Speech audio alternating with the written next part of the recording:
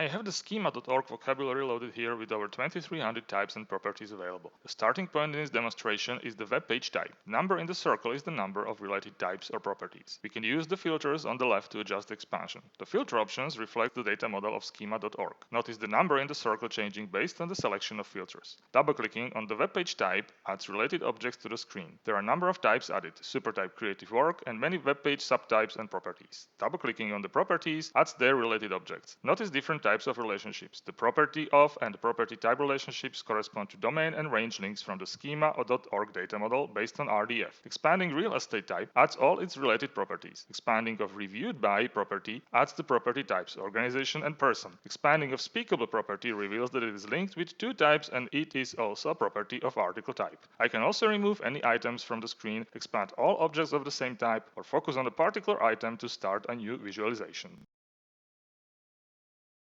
The visualization can be used for scope definitions as well as for building of diagrams. In case of diagrams, we want to preserve the diagram layout, so the diagram elements are laid out manually by moving the objects and fixing them in their position. The wobbling is a visual effect that is used for automatic layout of the displayed scope. It stops when the elements overlap is minimal. It can also be stopped manually. The manual positioning of diagram elements is achieved by dragging the elements into desired position. This fixes them for further auto layout when moving the content or doing further expansions. We can also freeze all elements in one go. There is an option to unfreeze all elements, as well as to switch to hierarchical layout and back to auto layout. The scope of diagram can be saved to a library from which it can be restored. This demo uses the web browser local storage. The saved library items can be understood as scopes if the layouts were not manually set, or we consider them saved diagrams, scopes together with layouts if the diagram elements were laid out manually. Export and import of library items allows to store the definitions of the scopes and diagrams as JSON format files outside of the current browser.